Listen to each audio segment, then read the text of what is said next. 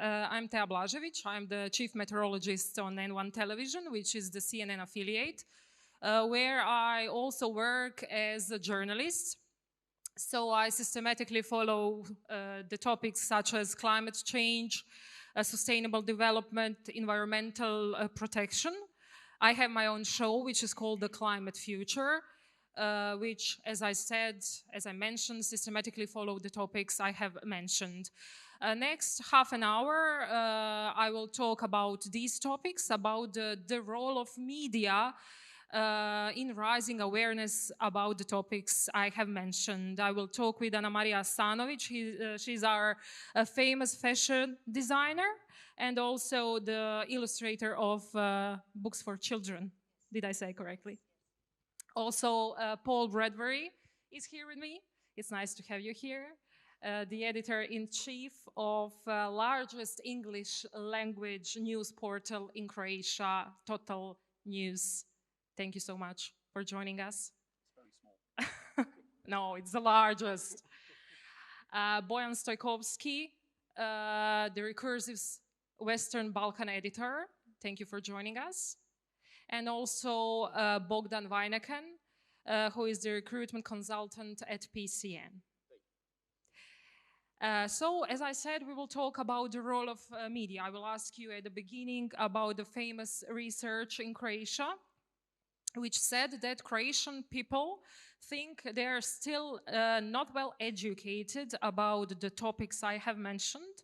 And they also said that, which is very interesting, they are not sure how they can personally help to solve the problems such as climate crisis, faster transition to renewable sources.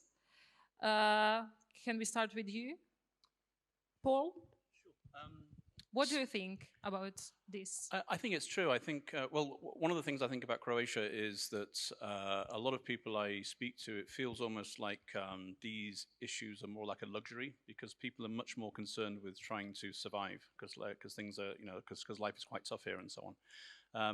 My personal experience of writing about these issues on our portal is that it's a thing of two halves. We had somebody came to us a few years ago and said, we would like to start a whole section on your website called Total Eco Croatia about sustainability. And I was really excited because I thought this is going to get lots of traffic, it's going to get lots of awareness. We did a lot of stuff on about things like recycling, about all this stuff, and it was really not popular at all. Nobody was very interested. So what are the popular topics? But the popular topics really are like politics or what? No, within this area, the popular topics are stories. If you can have a story and somebody can get behind the story.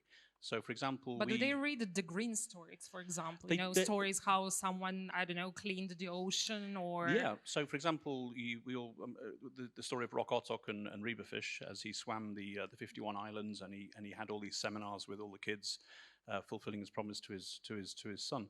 That was a huge story, and that got lots and lots of engagement, and that raised lots and lots of awareness. Do they read about sustainable fashion? Maybe Anamarija can tell us something about. Not so much, no. But not so much on our portal yet. But I'll do an interview with you, and then let's see how it goes. Can you tell us, Anamarija, how difficult it is for the fashion to be sustainable? Hello to everyone. It's really difficult because we are trying to find really good materials that are really natural and that recyclable and that it's good fitting on you, and you are really trying so hard. It's really hard to find that isn't the plastic inside and everything. Then how hard is to find something? Is it possible even to find something without the plastic? Plastic is everywhere. Yes, but it's really expensive. It's really expensive. Then us like designers, we have to put the prices really high because of that. That is the only thing that it's not good for us, but we are really trying to have our planet. And it's very, at the same time, very important to maybe be with more local producers Yes. than to take the materials from outside. It's Yeah, better for the environment. Yeah, of course, but in Croatia we don't have our resource to do our textile. Then we are taking to the other countries, and we are really doing the best what we can do And about that. what is the slow fashion? How can Slow we define fashion that? it's that that you are finding really good material, that you are finding that it's natural, that it's good for your skin, that it's good for your design.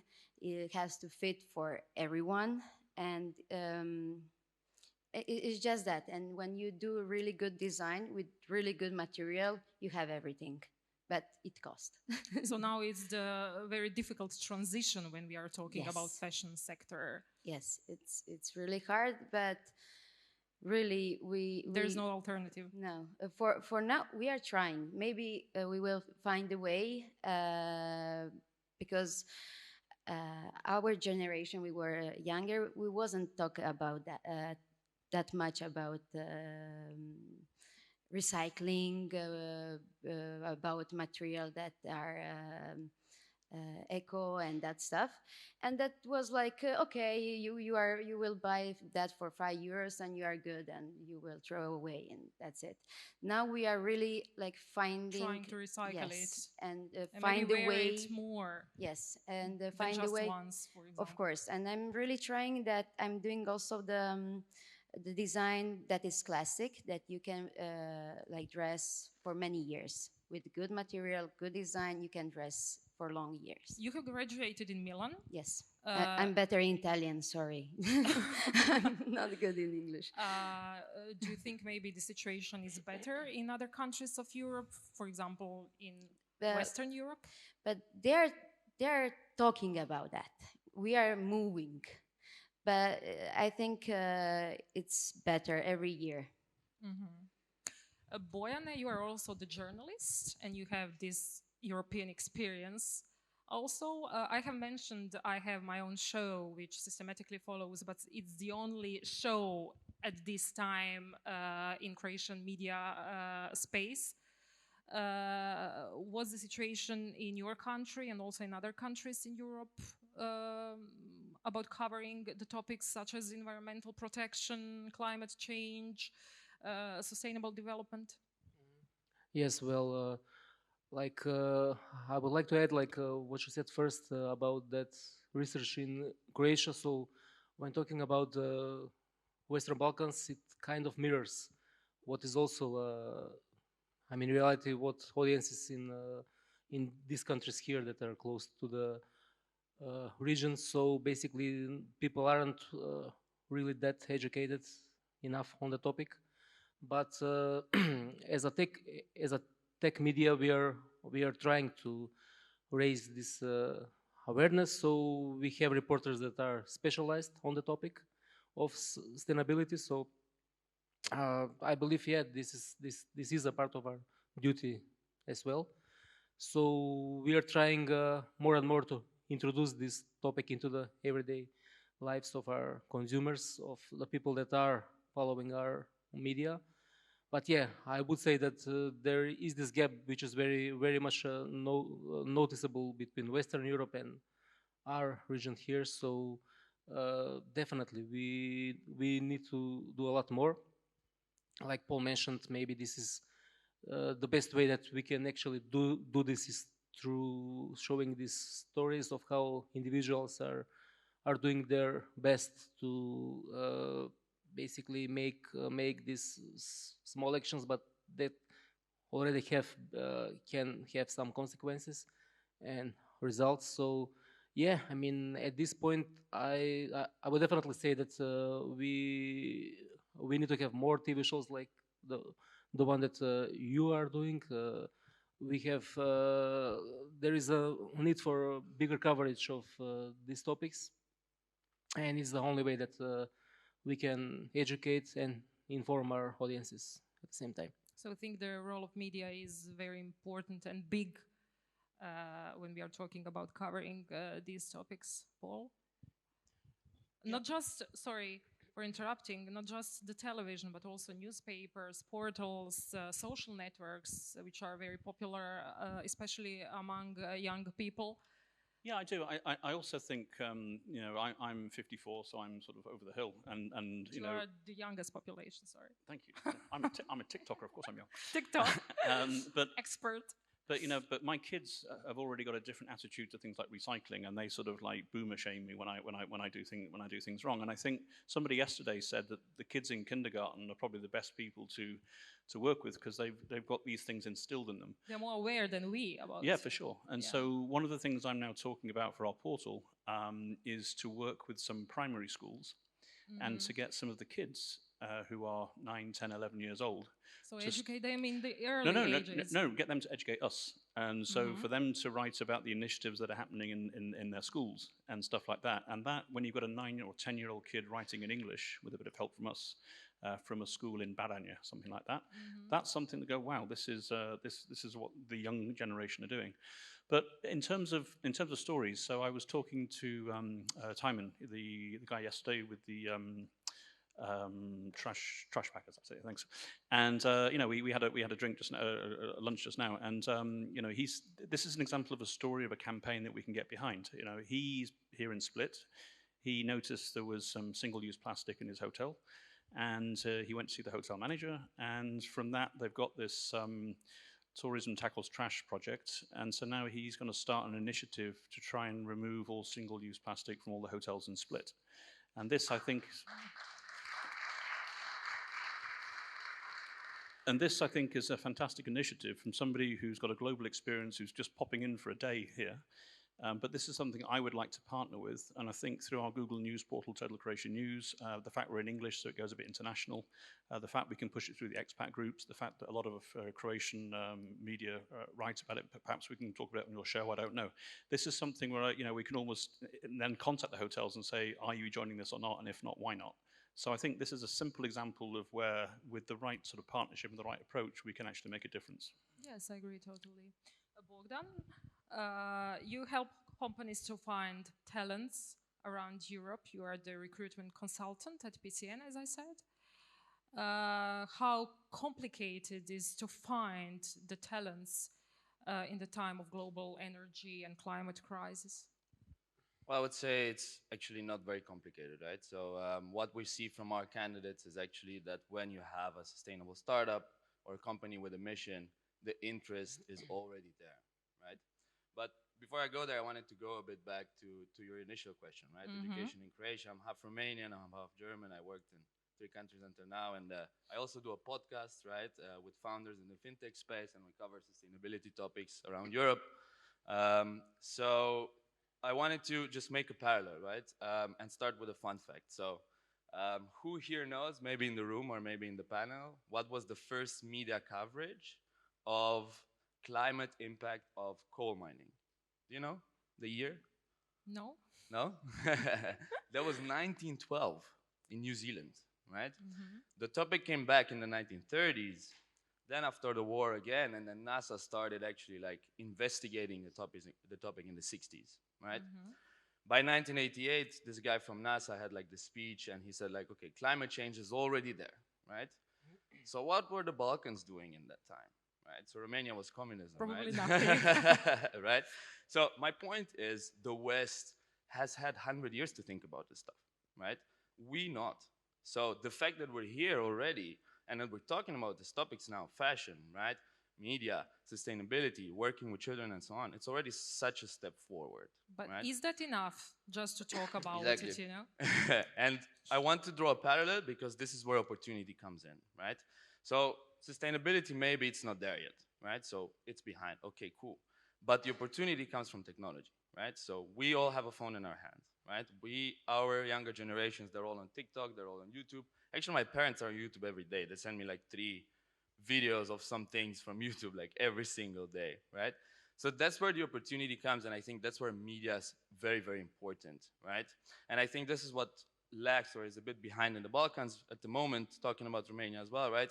You're using the same format of news that you do on television on YouTube or on Instagram. It's like basically the same video, right? So it's about adapting, choosing channels wisely. You know, like I think 26% of Americans under 30 that use TikTok like take their news from TikTok, right? And kids as well, right? They're on Instagram. I mean, where you're promoting your where you're promoting your fashion, right? And exactly. So it's Instagram, exactly, it's right? So, Instagram. yeah, exactly. I take my news from LinkedIn, right? That's my only source at the moment, right? So I think there's a lot of opportunity, but also a challenge, right? Because you need to look at your audience, you need to look where to reach them, right? And then actually have the right format to bring this sustainability topic to people that are actually more interested in, yeah, entertainment and inspiration, right? So that's what you scroll for, right? And going to your point, I think, and this is what I've seen through our podcast, right? And coming back to the candidate question, right? When you have a story and when you have something inspirational, right? That's when people actually interact, right? So And what that's you when want to actually people say is that answer. maybe the medias have the wrong approach, or what? I think there's Because just the like situation in Croatia media, as I said, it's not so good. You know, we are still, you know, primary topics are like politics. We do it all the time, yeah. and we talk about sustainability and environmental protection just in the cases where there's nothing to talk about the politics. Yes, exactly. And the situation is in Romania the same, right? And I think that's because media is in the government's pocket and How you to know motivate the media? exactly how to motivate well it's an interesting question, right? Well, I think it, yeah, Thinking about? go for Question it. for me. Question for me. I mean, the thing about the Croatian media is it's a very negative space, and you know, When you say negative, what do you mean? as, About as in, politics? in general, In general. it thrives on bad news, and if there's a good news story, it's you know. It's Yes. great, yeah. You know, and it's true that a Croatian can forgive you everything but success. You probably don't watch the television. Yeah, You see, and so she's on Instagram, Yeah, she's yeah. on the social networks, you Sure, know. sure, but it's you know, but in the media generally in Croatia, it's a very negative space. And what we're trying to do now is we're trying to do a thing about positive Croatia and get positive stories. And we had you know, I wanted to do a story on. Like a young entrepreneur in Koprivnica who was making knives. He's the only guy that makes blades, he's in the American Bladesmith Association, and he's 20 years old. And when I did this story, people were like, "Wow, this is nice." And I said, "Send it to the town, send it to the tourist board." And then it got into the local media, and then it's on the national media. Saturday night, he was on national television, and everyone was like, "What a great story!" And there are so many great stories like this. There are so many great stories of sustainability. Positive Yeah, stories, but yes. nobody wants to tell them because it's because bad news gets more clicks and everything else. And what we're trying to do now, I mean, the idea of talking to the primary schools is, you know, let's get a different approach completely. Let's get a young, fresh, you know, innocent minds that care about the planet, that have got their perspective as a young thing, and let's start telling those stories. And hopefully, that kind of fresh initiative from young people will get people thinking a little bit. And you know, if you're telling a story of a 9-year-old or a 10-year-old or 11-year-old with their words, you know, that's something that's heartwarming, and people will go, "Hang on a minute, maybe." So I think that's one approach. But if you're just reporting, like I said, when we had this Total Echo Croatia. We did stories and it was just zero interest, you know. So it has to be a different angle with a story, with something heartwarming, with something provocative and stuff like that. And the other thing that I always point out in these things is everybody's talking about single-use plastics in a hotel or this. Like I said yesterday, Rwanda, this very you know, poor country, banned plastic bags in the whole country in 2009. And we're all arguing about these little things here. And if a poor African country it's illegal to bring a plastic bag into Rwanda 14 years ago, you know, so we need to get more sort of advocacy at sort of the national level to get things changed, I think, you know, because it's crazy that 14 years later, a much more developed area like the European Union is still talking about, you know, single-use plastics in hotels. We have mentioned the children, how important it is to work with them, educate them about these topics. You are the illustrator of children books. What can you say to us about the awareness about these topics in that early age? I have a child, she's 7 years old, and she knows better than me. It's not that important for they are learning that in school, in kindergarten, everywhere. There's lots of books about that.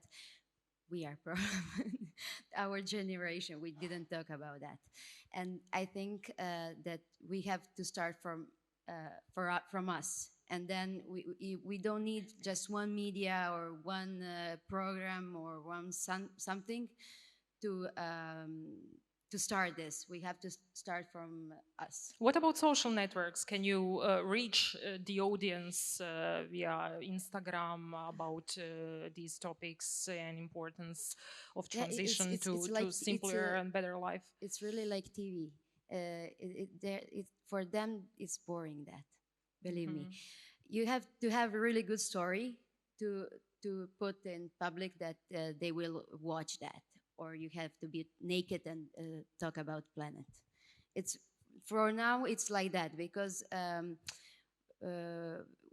now we are talking lots about that tema, and the children are always in that tema, and it's like I can't say it's too much, but it's like, oh, I already know that all the stuff, but they don't know. We have to, for example, I think we have to like show the little things, how you can move something, like just talk and. Is it, Bojan, maybe kind of a conclusion that media have to have maybe better approach?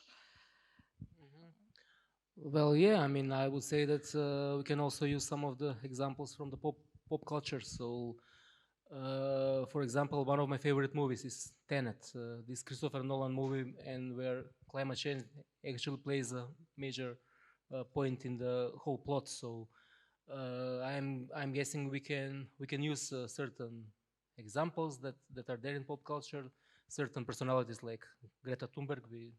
And not just maybe negative connotation of the stories, like, impacts of climate change, the seas rising, everyone will die, but also the positive stories, how we can change. Well, I'm not the most stylish guy in the world, especially sitting next to a legend like this. But if you look at my shoes, this is one of my favorite stories from Croatia. This is a small startup called Miret, and they produce the most ecological sneakers in the world. What's the name of the brand you said? Miret, Eta. They're from Dugoresa. They're two brothers, and their parents ran a shoe factory, and they were saying that 20 billion shoes are produced every single year. And so they wanted to do something different. And now they are 97% biodegradable, everything else and stuff. And they're working on there to get the first 100% sneakers. And these guys are phenomenal. There's two very, very unassuming brothers. And I celebrate these guys as much as I can, because this is a really, really great good news story from Croatia, which is going global. And these are the things that we can start celebrating these. And people realize 20 billion pairs of shoes every year is crazy. And so this kind of good news story, I think, is something that we should be encouraging and talking a lot more about.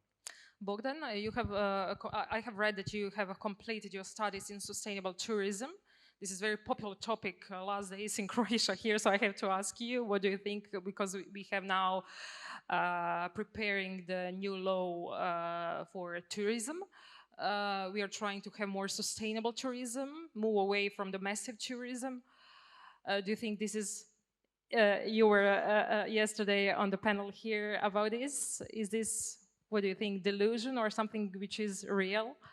Well, I think it's not black and white, right? And I think this is also something that, we have to express more in media, right? So we have the really negative stuff, we have then the positive stories, right? But maybe if you do an action here, you're actually having an impact somewhere else. And there's so many implications out there, right? So in my studies, I went to Africa as well. I actually went to the Gambia, and we had sort of the same situation. You go to these places, and these people, they want to eat, right? They're concerned about food. So, and then we go with these topics of sustainability there, and like, okay, how to make tourism sustainable in their country. So the challenge of going from mass tourism, and it's been discussed in the panel yesterday, I've heard it as well, right? So they're quite complex, right? But I think in the big picture, you know, there's no argument against trying every little thing, right?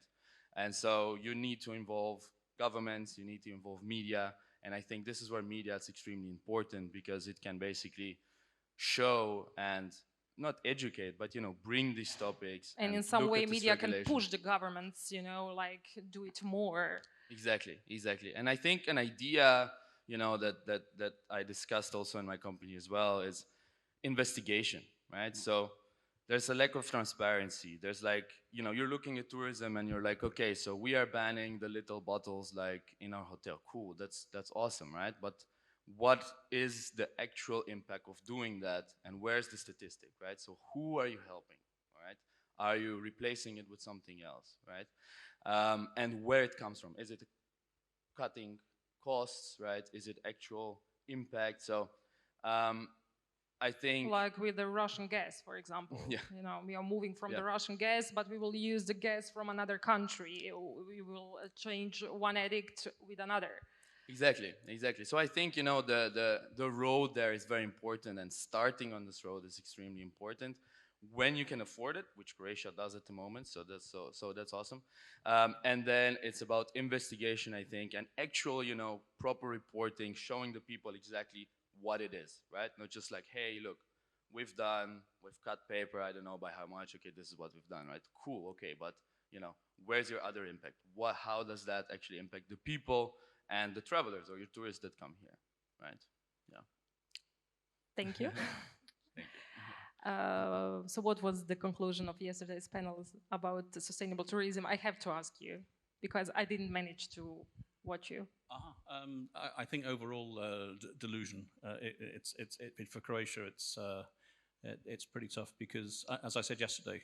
Why do you think it's so tough? Well, because of the locals or the tourists? Because I have read that approximately 80% of people wants to travel to sustainable destinations, and they would like to have, you know, sustainable tourism. It's a pretty big percent. They would like to, but I think it's like I said yesterday, without wanting to get... And they won't. Sorry for interrupting. They will even pay more for this. Yeah, so it's not about the money. Some people will, but, you know, without wanting to get sued again. You know, there are three numbers that are always touted, always spoken about when it comes to tourism in Croatia. It's the number of tourists that come, it's the number of overnight stays, and it's the amount of revenue that was generated. And until we have a fourth number, which is the statistics on the environmental degradation of mass tourism, we then can't, I don't think, have a serious conversation about sustainable tourism on a national level. Sure, there are amazing examples, and Zoran with his Maslin Resort in Starigrad's is a fantastic example. That's one hotel. But, you know, as I said yesterday about Rwanda, you know, they've managed by putting 10% of the revenue from the parks back into the local community. And, you know, they've educated on conservation and everything else. They've raised the number of the almost extinct mountain gorillas from 384 to 1,200. And, you know, and the local community stopped poaching, and they're now conserving because they can see that this is good for good for business for everybody.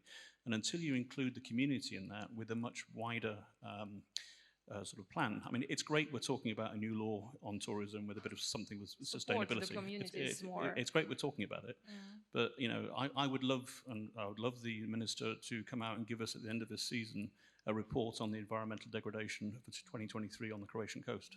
And if we can do that, and they go, wow, we really are killing things here, let's really have an urgent stop. Because I came to Croatia 20 years ago, and, you know, the coast is different, you know, in 20 years, and I know you guys have been here longer and stuff.